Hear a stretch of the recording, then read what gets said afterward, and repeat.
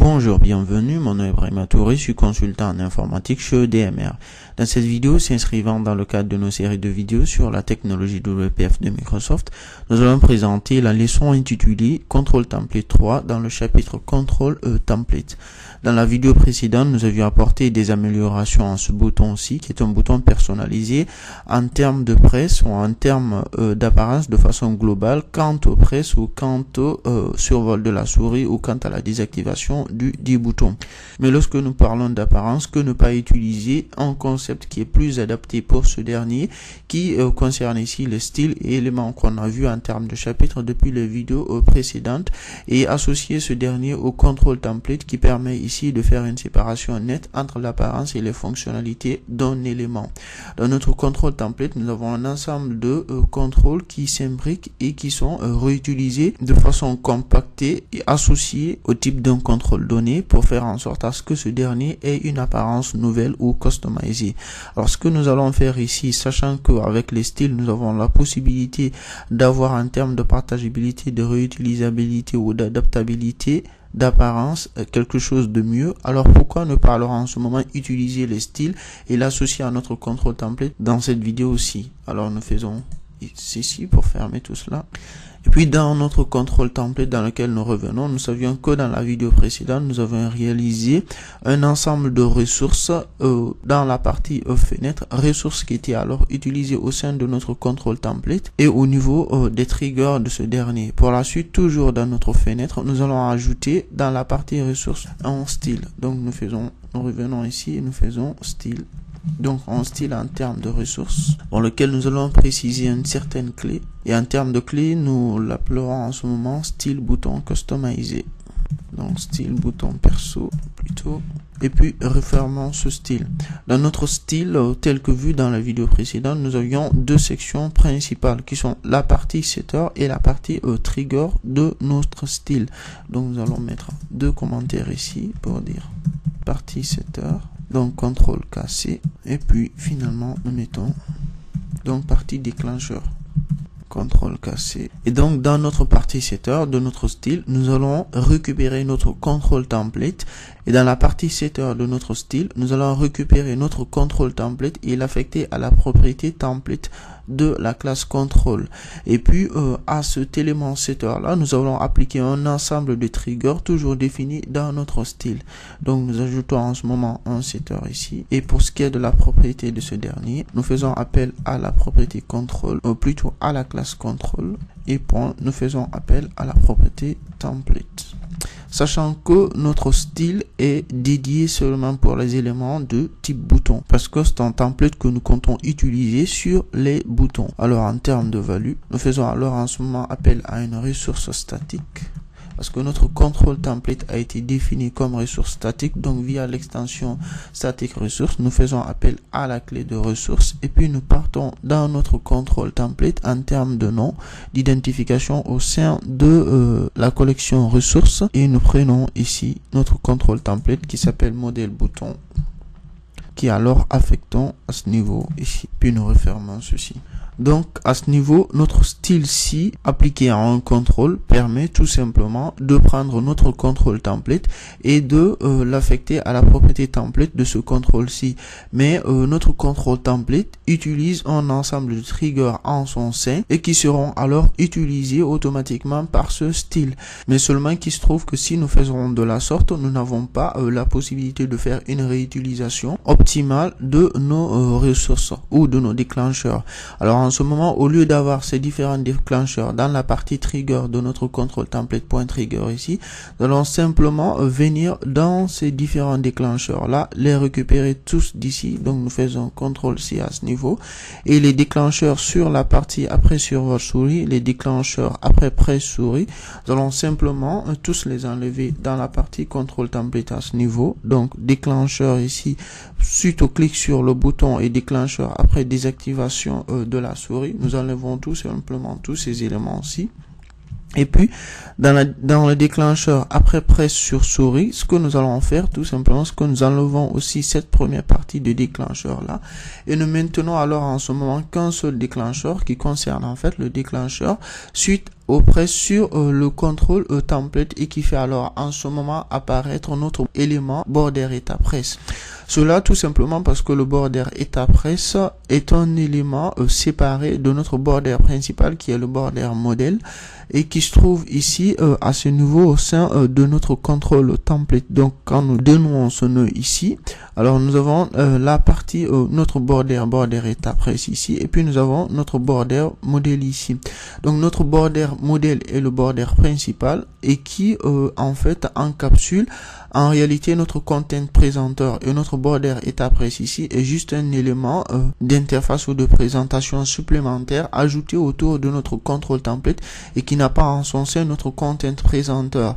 Donc le style que nous appliquons est un style appliqué à notre contrôle qui va utiliser ce contrôle template-ci et qui alors en ce moment a à son sein son border état presse, et que ce style là en fait, le style référence tout simplement un élément, mais plutôt n'utilise pas l'élément target name.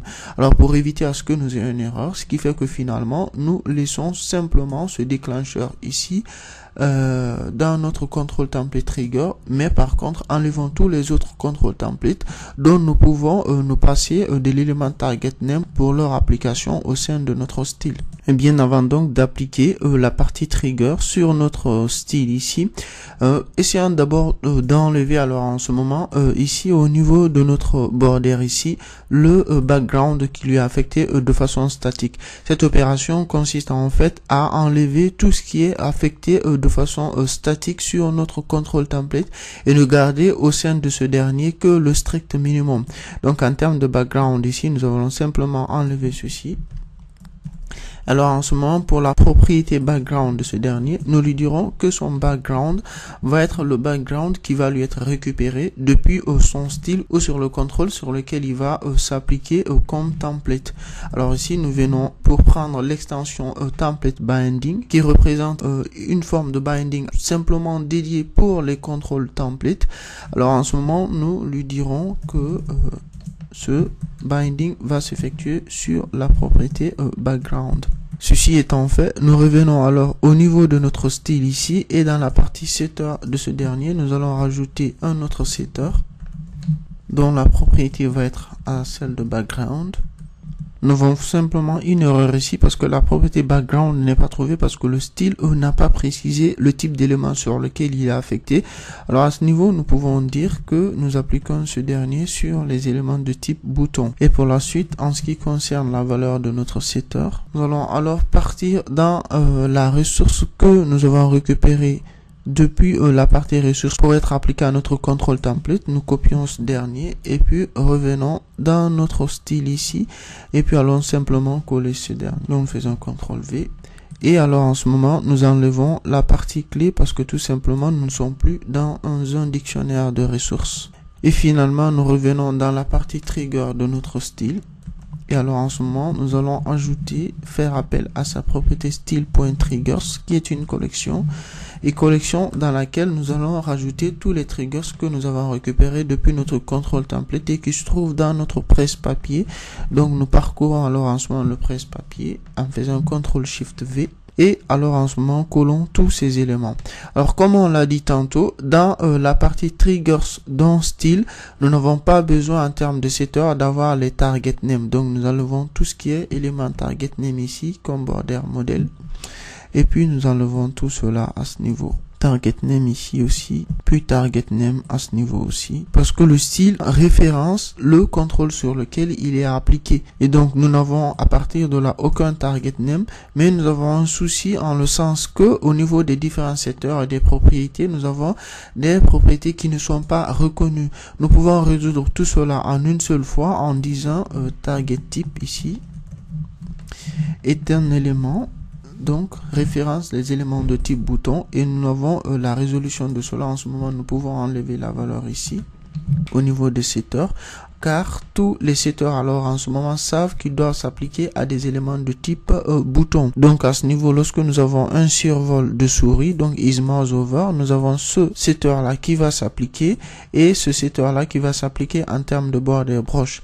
Et lorsque nous avons un déclencheur après presse sur la souris, nous avons ce trigger là qui va s'appliquer. Donc cet autre trigger là qui concerne en fait le border état presse, nous allons simplement l'enlever.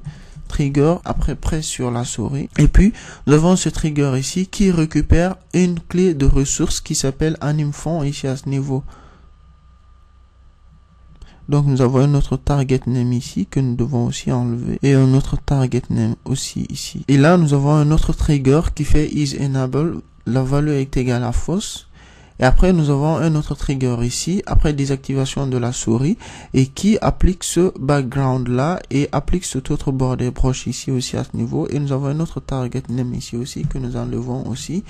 Et nous enlevons aussi l'élément bouton, parce que nous savons par défaut que le style est appliqué sur tous les éléments de type bouton. Et puis, voilà, nous avons nos différents déclencheurs qui sont réalisés à ce niveau. Avec la petite réserve qu'ici, nous lançons ce déclencheur là, bouton point clic, suite au clic sur notre control template et en ce moment nous démarrons l'animation qui s'appelle AnimFont et qui se trouve stockée dans la partie ressources de notre fenêtre.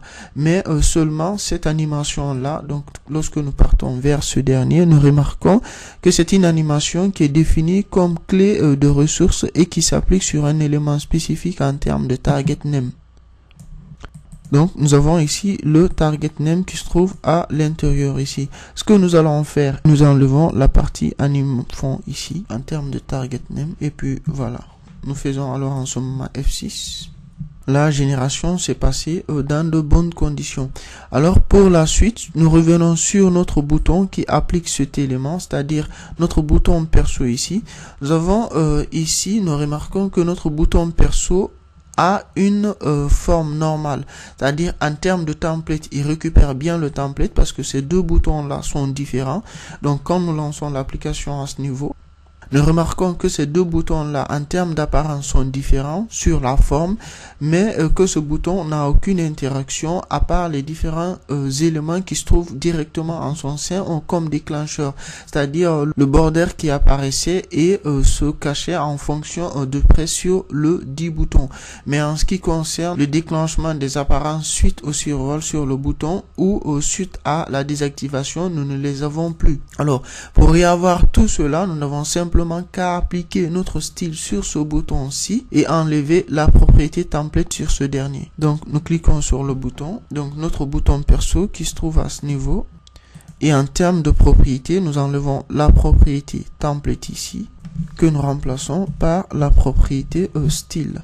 Donc en ce moment, il faut que nous partions au niveau de notre style et que nous récupérons le nom que nous avons affecté à ce dernier. En termes de nom, nous lui avons donné le nom de style bouton perso. Nous revenons au niveau de notre bouton ici et en termes de clé de ressources, nous mettons cette valeur. Et tout de suite, nous avons tous les différents éléments qui étaient appliqués sur notre style qui se trouvent réappliqués sur ce dernier. Nous faisons F5 pour relancer tout ceci. Et nous remarquons qu'à ce niveau, nous avons les mêmes résultats. Lorsque nous pressons sur ce dernier, lorsque nous relâchons, nous voyons l'animation. Lorsque nous désactivons, nous avons la désactivation. Et lorsque nous relançons, nous avons les mêmes résultats. Ici, nous avons les mêmes résultats et encore mieux dans le sens que cette fois-ci, au lieu que notre apparence ne soit utilisée directement dans le control template, il est utilisé dans un style et qui en termes d'apparence, de globalisation, d'adaptabilité, de réutilisation est plus adapté qu'un contrôle template. Et ce qui nous permet ici assez certainement de déplacer notre apparence, de le mettre dans un dictionnaire de ressources ou de le mettre dans une librairie de ressources et de le réutiliser dans toute notre application. Donc voilà ce qu'il fallait savoir sur comment réutiliser un contrôle template dans un style. Merci d'avoir suivi cette vidéo. Je vous donne assez rapidement rendez-vous dans d'autres vidéos, toujours portant sur la technologie WPF de Microsoft. Merci encore une fois de plus. Au revoir et à bientôt.